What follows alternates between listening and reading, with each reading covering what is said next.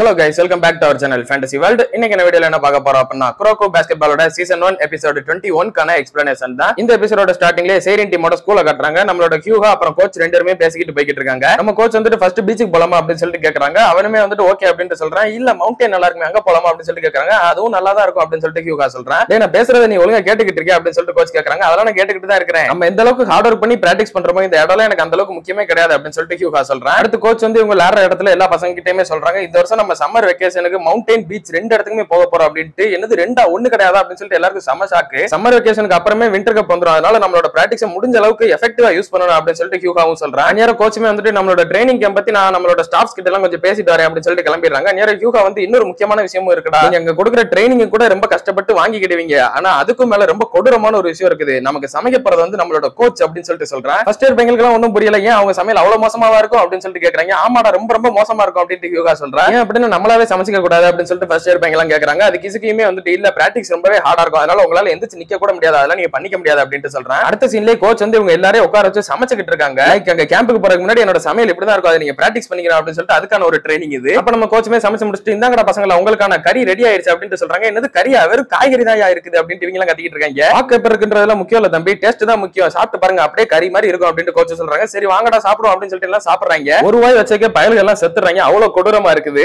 என்ன இலவி ஆயுது அப்படின்னு சொல்லிட்டு ஹியூகாக்கெல்லாம் செம்ம கடுப்பாயிருது. நம்ம கோச்சுமே வந்துட்டு அடுத்த ரவுண்ட் வேணா வந்து வாங்கிக்கோங்க அப்படின்னு கேக்குறாங்க. ஆனா இவங்களால சுத்தமா சாப்பிடவே முடியல. அதை நம்ம கோச் பார்த்தனே கொஞ்சம் ஃபீல் ஆக ஆரம்பிச்சாங்க, சாப்பாடு நல்லா இல்ல போலே அப்படின்னு சொல்லிட்டு. சரி நம்ம கோச் ஃபீல் பண்ணக்கூடாது அப்படின்னு சொல்லிட்டு ஹியூகா வந்துட்டு கடகடன்னு எடுத்து சாப்பிட ஆரம்பிச்சிடறான். சாப்பிட்டு ஃபுல்லாவே முடிச்சிடறான். சாப்பாடு நல்லா தான் இருந்தது, பட் கொஞ்சம் ஸ்பைசியா இருக்குது அப்படின்னு சொல்லிட்டு ஹியூகா தண்ணி குடிக்க போறேன் அப்படின்னு வெளியே போயிடுறான். அப்ப கியோஷியுமே வந்துட்டு செகண்ட் ரவுண்ட் எடுக்க வர்றான். இந்த சாப்பாடு வந்துட்டு ரொம்பவே யூனிக் ஃபிளேவரா இருக்குது, இது நீ உன்னோட லவ்வோட எங்களுக்காக பண்ணி கொடுத்துருக்க, அதனால இது ரொம்பவே சூப்பரா இருக்குது அப்படின்னு சொல்லிட்டு அவன் சொல்றான். அண்ட் இப்போதைக்கு இது கொஞ்சம் டேஸ்ட் நல்லா வராம இருந்திருக்கலாம், ஏன் நீ மறுபடியும் ட்ரை பண்ணி பார்க்க கூடாது அப்படின்னு சிரிச்சுக்கிட்டே சொல்றான். கோச்சுக்குமே இப்பதான் கொஞ்சம் நல்லா இருக்குது இதை கேட்க. இதுக்கு கதவை திறந்து வெளியே பாக்குறான். டே அவன் செத்துட்டான்டா அப்படின்ற மாதிரி ஹியூகாக்கு ஆன்மாவே வெளியே வந்துருச்சு. உள்ள கியோஷியும் டோகஸ் கிட்ட யாராவது இவளுக்கு சமைக்க சொல்லி கொடுங்களேன்டா அப்படின்னு சொல்லிட்டு வேர்த்து விறுவிறுத்து சொல்லிக்கிட்டு இருக்கான். ஆனா அது வேர்வை இல்ல, பயவுலக்கு அம்பிட்டு கண்ணீரா வந்துகிட்டு இருக்கு. சரி நம்ம மீட்டப் தான் நல்லா சமைப்பா அப்படின்னு சொல்லிட்டு கோகனை அவனை பார்த்தா அவன் அதுக்கு மேல செத்து போன மாதிரி ஆயிட்டான். அப்ப பார்த்தா புதுசா ஒரு செஃப் அவதாரம் எடுக்கிறாரு, வேற யாரும் இல்ல நம்ம காகமி தான். அவன் சமைச்சு கறி கொடுக்குறான் எல்லாருக்கும். இது பாக்குறதுக்கே கறி மாதிரி இருக்கா உண்மையிலே அப்படின்னு சொல்லிட்டு அவங்களும் வாங்கி சாப்பிட்டு பாக்குறாங்க. அது சூப்பராவே இருக்குது. எல்லாருமே காகமியோட சாப்பாடு தான் சாப்பிட்டு இருக்காங்க. நேரம் கோச் நம்ம காகமி கிட்ட வந்துட்டு எனக்கும் சமைக்க சொல்லி கொடு, கறி செய்ய சொல்லி கொடு அப்படின்னு சொல்லிட்டு கேக்குறாங்க. நான் சொல்லி தரேன், ஆனா நான் உங்களை மாதிரி சாஃப்டான டீச்சரா இருக்க மாட்டேன், ரொம்பவே ஸ்ட்ரிக்டான டீச்சரா இருப்பேன், ஓகேவா அப்படின்னு சொல்லிட்டு காகமி கேக்குறான். சரி ஓகே அப்படின்னு சொல்லிடுறாங்க. அதுக்கப்புறம் கோச்சுமே வந்துட்டு சமைச்சு தராங்க. டே இதை அப்படியே காகமி பண்ண மாதிரி இருக்கு அப்படின்னு சொல்லிட்டு அவங்களும் சாப்பிட்டு பாக்குறாங்க. பட் டேஸ்ட் இன்னுமே அவங்களுக்கு சரியா வரல. காகமி நீ ஃபுல்லாவே உங்க பக்கத்துல தானே நின்னுகிட்டு இருந்த, அப்புறம் டேஸ்ட் மாறிச்சு அப்படின்னு சொல்லிட்டு அவங்களும் கேக்குறாங்க.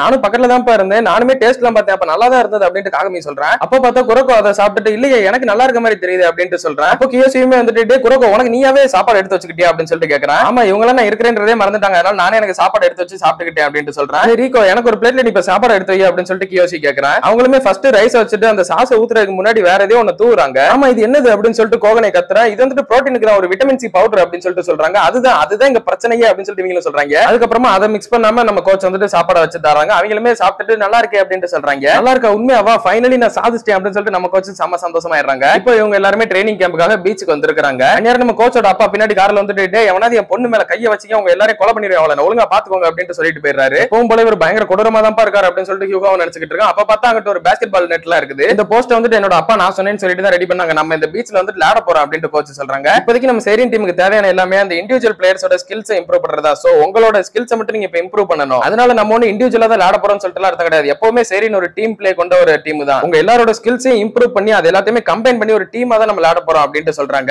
உங்களோட காலு இடுப்பு இது ரெண்டுமே பேசிக்கா எந்த அளவுக்கு கொண்டு வர முடியுமோ அப்படி கொண்டு வந்தா மட்டும் தான் அது நல்லா இருக்கும். அது ஒரு பெர்ஃபெக்ட் ஷேப்ல கொண்டு வரதுக்கு பீச் தான் கரெக்டான இடம், உங்களோட காலுக்கு இதுதான் பெர்ஃபெக்ட்டான பிளேஸா இருக்கும், இங்க தான் நீங்க பிராக்டிஸ் பண்ணணும், நம்ம எப்பவும் பண்ண பிராக்டிஸோட 3 மடங்கு இங்க அதிகமா பண்ண போறோம், இப்ப இந்த ட்ரைனிங் கேம்ப் ஸ்டார்ட் ஆகுது அப்படின்னு சொல்லிட்டு சொல்றாங்க. இவங்களுமே இப்ப விளையாட ஆரம்பிக்கிறாங்க. அவங்களோட கால்லாம் மூவ் பண்றதுக்கு ரொம்ப கஷ்டமா இருக்குது அந்த பீச் மணல்ல. குரோக்கோ எப்பவும் போல பாஸ் கொடுப்பா அப்படின்னு சொல்லிட்டு பால் வந்துட்டு பவுன்ஸ் ஆக ட்ரை பண்றா, பட் அந்த மண்ணுல பால் பவுன்ஸ் ஆகல. இந்த மண்ணுல எல்லாம் உன்னால இப்படி பண்ணிக்கிட்டு இருக்க முடியாதுடா, பால் டைரக்டா பாஸ் பண்ணு அப்படின்னு சொல்லிட்டு ஹியூகா கத்திக்கிட்டு இருக்கா. இவங்களால ட்ரிப்ளிங் பண்ணவே முடியாது, பாஸ் கொடுத்து லேண்டா மட்டும் தான் உண்டு. அந்நேரம் காகமியுமே வந்துட்டு பால ஷூட் பண்ண போறான். வழக்கம் போல ரொம்ப லாங்ல இருந்தே ஜம்ப் பண்ணிடலாம் அப்படின்னு சொல்லிட்டு தான் எப்பவும் போல பண்றான். பட் அவனுக்கு பேஸ்கெட் எட்டல அப்படியே பொத்துன்னு கீழே விழுந்துறான். அவன் அப்படியே இண்டோர்ல விளையாடுற மாதிரி நல்லா ஜம்ப் போயிட்டோம் அப்படின்னு சொல்லிட்டு நினைச்சிட்டு இருக்கான். பட் இங்க அவனுக்கு ஜம்ப் அவ்வளவு போகவே மாட்டேங்குது. எல்லாருமே இப்ப லேண்ட் முடிச்சு செம்ம டயர்டா இருக்காங்க. நம்ம சாயங்காலம் வந்துட்டு ஜிம்முக்கு போவோம் அப்படின்னு கோச் சொல்றாங்க. இவங்க அடுத்த சீன்ல இப்ப இண்டோர்ல விளையாடுறாங்க. அந்நேரம் இவங்களோட காலுக்கு வந்துட்டு செம்ம ஃப்ரீயா இருக்குது. அவங்க அங்க கஷ்டப்பட்டு மூவ் பண்ணது இங்க அவங்களோட காலை செம்ம ஸ்பீடாவும் ஆக்குச்சு, அதே மாதிரி ரொம்ப ஈஸியாவும் ஆக்கிடுச்சு. லைக் கால்ல எந்த ஒரு வெயிட்டுமே இல்லாம ரொம்ப ஃப்ரீயா அசால்ட்டா மூவ் ஆகிட்டு இருக்காங்க எல்லாருமே. கியோஷிக்குமே அப்பதான் புரியுது இதனாலதான் இந்த கோச் வந்துட்டு இந்த மாதிரி ட்ரைனிங் கொடுத்திருக்காங்க அப்படின்னு சொல்லிட்டு. இப்ப இவங்க அன்னைக்கு ட்ரைனிங் எல்லாம் முடிச்சுட்டு நைட் இவங்க தங்குற இடத்துல வந்துடுறாங்க. நேரம் ஸ்ட்ரெச்சிங் பண்ணிட்டு இருக்காங்க. குரோக்கோ தான் காகமிக்கு பண்ணிட்டு இருக்கான். அவன் வந்து ரொம்ப ஃபோர்ஸா பண்ணிடுறான்ட்டு என்ன வேற எதையும் யோசிச்சுட்டு இருக்கா அப்படின்னு சொல்லிட்டு காகமி கேக்குறான். இவனும் இல்ல அப்படின்ட்டு சொல்றான். உன்னோட புது ஸ்டைல பத்தி எதுவும் யோசிச்சுட்டு இருக்கியா அப்படின்னு சொல்லிட்டு காகமி கேக்குறான். இப்போதைக்கு அதை பத்தி என்கிட்ட எந்தவித ஐடியாவுமே இல்லையே அப்படின்னு சொல்லிட்டு குரோக்கோ சொல்றான். இன்னொரு பக்கம் கியோஷி வந்துட்டு ஒரு மிஷின் வச்சு அவனோட உடம்பு அப்படியே மசாஜ் பண்ணிக்கிட்டு இருக்கான். நேரம் நம்மளோட கோச்சுமே அவனை கிராஸ் பண்ணிட்டு போறாங்க. ஹியூகா எங்க அப்படின்னு சொல்லிட்டு இவன் கேக்குறான். ஹியூகா இப்பதான் பாலோட வெளியே போனா அப்படின்ட்டு கோச் சொல்றாங்க. அவெல்லாம் மனுஷனே இல்ல தெரியுமா அப்படின்ட்டு இவனும் சொல்றான். அப்படியே நம்ம கோச் வந்துட்டு இந்த ட்ரைனிங் கேம்ப் பத்தி நீ என்ன நினைக்கிற அப்படின்னு சொல்லிட்டு கேக்குறாங்க. நீ நல்லா தான் ட்ரைனிங் கொடுக்குற, நீ ஒரு பெர்ஃபெக்ட்டான கோச் தான், எல்லாரோட ஃபண்டமெண்டல்ஸ்மே இதுல ரொம்ப இம்ப்ரூவ் ஆகும் பாரு அப்படின்ட்டு சொல்றான் கியோஷி. இன்னுமே நம்ம இந்த டீமை கொண்டு போறதுக்கு ஒரே ஒரு விஷயத்தை மட்டும் இம்ப்ரூவ் பண்ணி ஆகணும். அது என்ன அப்படின்னா ஒருத்தருமே அவங்களோட ரோலை பெர்ஃபெக்ட்டா புரிஞ்சுக்கணும் அப்படின்னு சொல்லிட்டு கியோஷி சொல்றான். இதெல்லாம் கேட்டு நம்மளோட கோச் வந்துட்டு எப்பவுமே நீ உனக்கு எல்லாமே தெரிஞ்ச மாதிரியே பேசுற, இதுதான் எனக்கு கடுப்பாவே இருக்குது. ஏன் நீயே கேப்டனா இருக்க கூடாது ஹியூகாக்கு பதிலா, நீ தான் அதுக்கு பெர்ஃபெக்ட்டா இருப்பேன்னு சொல்லிட்டு எனக்கு தோணுது. ஹியூகாவனா ஒரு ஒஸ்டான கேப்டன் அப்படிலாம் சொல்லிட மாட்டேன், அவனுமே அவனோட வேலையை பெர்ஃபெக்ட்டா தான் பண்றான். பட் நீ இருந்தா இன்னுமே நல்லா இருக்கும்னு தோணுது எனக்கு அப்படின்ட்டு கேக்குறாங்க. இல்ல ஹியூகா தான் இதுக்கு கரெக்டா ஃபிட் ஆவான், அதனாலதான் நான் அவனை கேப்டனா இருக்க சொன்னேன் அப்படின்னு சொல்லிட்டு கியோஷி சொல்லிடுறான். அப்படியே அடுத்த நாள் காலையில ஆகுது. காகமி வந்துட்டு பல் தேய்ச்சிட்டு இருக்கான். அப்படியே பல் தேய்ச்சிட்டு வாயை கொப்பளிக்கிறான். பார்த்தா குரோக்கோ அவங்க நின்னுகிட்டு இருக்கான். இவன் மறுபடியும் பயந்து போயிடுறான். அதெல்லாம் இருக்கட்டும், அவனோட முடி என்னடா இப்ப நின்னுகிட்டு இருக்கு அப்படின்னு சொல்லிட்டு காகமி சொல்லிட்டு இருக்கான். இவன் அவனோட முடியை பாத்துக்கிட்டு இருக்கான். நேரம் பார்த்தா இன்னும் 2 பேர் பேசிக்கிட்டே வர்றாங்க உள்ள. யாருடா அப்படின்னு சொல்லிட்டு பார்த்தா மிடோரிமா டாக்கோ 2 பேரும். இவங்க 4 பேருக்குள்ளே இதை பார்த்ததுக்கு அப்புறம் பயங்கர ஷாக்க போச்சு. இவங்க எங்கடா இங்க அப்படின்னு சொல்லிட்டு மிடோரிமா காகமியை பார்த்து நீ எங்கடா இங்க அப்படின்னு சொல்லிட்டு கேட்க, காகமி அதே கேள்வி அவங்க கிட்ட கேட்க, அந்நியர் டாக்கோ வந்துட்டு அதெல்லாம் ஒண்ணும் கிடையாது, நாங்க எப்பவுமே ட்ரெடிஷனலா இங்க தான் வருவோம், எங்க டீம் இந்த இடத்துல வந்து ட்ரைனிங் எடுக்கிறத நாங்க காலகாலமா பண்ணிக்கிட்டு இருக்கோம், உங்களுக்கு என்னடா இங்க வேலை அப்படின்னு சொல்லிட்டு அவன் கேட்கறான். நீ என்ன எதுவும் இங்க வெக்கேஷனுக்கு வந்திருக்கே அப்படின்னு சொல்லிட்டு மிடோரிமா கேட்கறான். நாங்க ஒன்னும் வெக்கேஷனுக்கு எல்லாம் வரலடா அப்படின்னு சொல்லிட்டு காகமி கத்திக்கிட்டு இருக்கான். நேரம் பின்னாடி இருந்து நம்ம கோச் கத்தியோட அப்படியே செம்ம கொடூரமா அப்படியே உன்னை கேபிட்டேரியல் எல்லாம் தேடிக்கிட்டு இருக்காங்க, வாடா அப்படின்னு கூப்பிடுறாங்க. கோச் ரத்த கலவையில பார்த்துட்டு இவங்க எல்லாரும் அப்படியே பயந்துடுறாங்க. அப்பதான் தெரியுது இந்த இடத்துல 2 டீமே தங்கி இருக்காங்க. அதுக்கப்புறம் நம்ம கோச் வந்துட்டு ஒரு ஐடியா பண்ணி நம்ம இனிமே ஜிம்முக்கு போற ஷெட்யூல மாத்தி வச்சுட்டு அதுக்கு பதிலா சுட்டோக்கு டீமோட பிராக்டிஸ் கேம் போட போறோம் டெய்லி அப்படின்னு சொல்லிடுறாங்க. காகமி உள்ள இறங்க போகும்போது நம்ம கோச் வந்துட்டு டே நீ மட்டும் இங்க வாடா, நீ வந்துட்டு எல்லாருக்கும் போய் ட்ரிங்க்ஸ் வாங்கிட்டு வா அப்படின்னு சொல்றாங்க. இவனுக்கு ஒண்ணுமே புரியல. நீ வந்துட்டு 500 மீட்டர் இங்க இருந்து தள்ளி ஒரு ஸ்டோர் இருக்கு, அங்க போயிட்டு ஜூஸ் வாங்கிட்டு வர, அதுவும் ஒரே வாட்டியில வாங்கிட்டு வரக்கூடாது, ஆளுக்கு ஒரு வாட்டி வாங்கிட்டு வரணும். which means முதல்ல ஒரு 500 மீட்டர் ஓடி ஒரு ஜூஸ் வாங்கிட்டு அடுத்து திரும்ப இங்க வந்துட்டு அடுத்து மறுபடியும் போய் ஒரு ஜூஸ் வாங்கிட்டு திரும்ப வந்துட்டு அதே மாதிரி டீம்ல இருக்க எல்லாருக்கும் ஒரு வாட்டி போய் ஜூஸ் வாங்கிட்டு வரணும். அப்படின்னா நீ எத்தனை வாட்டி ஓடணும்னு சொல்லிட்டு நீயே முடிவு பண்ணிக்கோ, இதை போய் பண்ணிட்டு வா அப்படின்னு சொல்லிடுறாங்க.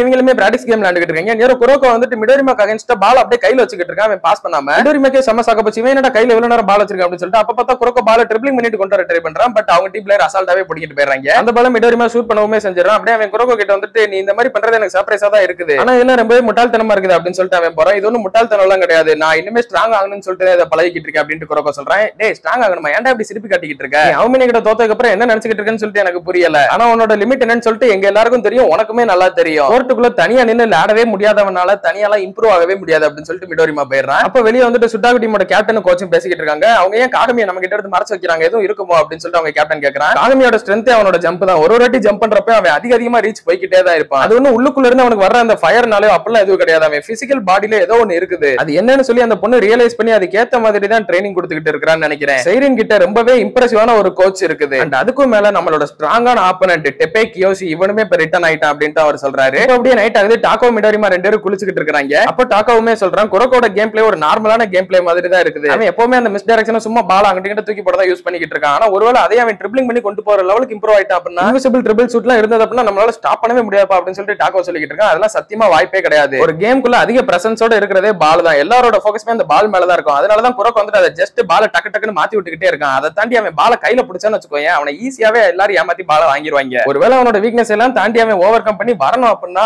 அதுக்கு பயங்கரமான இம்ப்ரூவ்மெண்ட் தேவைப்படும் அப்படின்னு சொல்லிட்டு மிடோரிமா சொல்றான். இன்னொரு பக்கம் நம்ம கோச் வந்துட்டு வெளியே நடந்து போய்கிட்டு இருக்காங்க. நேரம் பார்த்தா கதவை திறந்து காகமி உள்ள வரான். நீ என்னடா இப்படி சொக்கா கூட போடாம வந்து நின்னுக்கிட்டு இருக்க அப்படின்னு சொல்லிட்டு அவங்க ஷாக் ஆயிடுறாங்க. இந்தாங்க நான் ஷாப்பிங் முடிச்சுட்டு உங்களுக்கான ஜூஸ் அப்படின்னு சொல்லிட்டு கொடுக்குறேன். பார்த்தா அதுல நிறைய ஜூஸ் இருக்குது. என்னடா நீ 2 டீமுக்கு சேர்த்து வாங்கிட்டு வந்துட்டியா, ஒரு டீமுக்கு தானே வாங்க சொன்னேன் அப்படின்னா நீ எத்தனை ரவுண்டா ஓடுன அப்படின்னு சொல்லிட்டு அவங்களுக்கே செம்ம ஷாக்கா இருக்குது. இப்ப நான் போய் குளிக்க போனோம் அப்படின்னு சொல்லிட்டு அவன் பாட்டுக்கு குளிக்க போய்கிட்டு இருக்கான். கோச்சுமே அவனோட உடம்பு பார்த்துட்டு பா என்னமா ட்ரைனிங் எடுத்திருக்கான், கண்டிப்பா இதுக்கான ரிசல்ட் இப்ப கிடைக்காது, ஆனா கூடிய சீக்கிரமே கிடைக்கிறதுக்கான சான்ஸ் இருக்கு அப்படின்னு மனசுக்குள்ளே நினைச்சிட்டு இருக்காங்க. அவன் குளிக்கிற இடத்துக்கு போனா அங்க ஒருத்தர் வந்து கிளீன் பண்ணிக்கிட்டு இருக்காரு. என்னது அதுக்குள்ள பாத் க்ளோஸ் பண்ணிட்டீங்களா, அட போங்கயா அப்படின்னு சொல்லிட்டு அவன் ரொம்ப அப்செட் ஆயிடுறான். அப்படியே கட் பண்ணி இதோட இந்த ஒரு எபிசோடையுமே முடிக்கிறாங்க. இன்னும் இந்த ட்ரைனிங் கேம்ப்ல என்னென்னலாம் சுவாரஸ்யமான விஷயங்கள் நடக்குதுன்றதை அடுத்த எபிசோட்ல பார்க்கலாம். அதுல நீங்க தொடர்ந்து பார்க்கணும்னு நினைச்சீங்க அப்படின்னா மறக்காம நம்ம சேனலை சப்ஸ்கிரைப் பண்ணி சப்போர்ட் பண்ணுங்க. அப்படியே இந்த எபிசோட் பிடிச்சிருந்தா மறக்காம ஒரு லைக்கும் போட்டு போயிருங்க. நான் உங்களை இன்னொரு நல்ல வீடியோல மீட் பண்றேன்.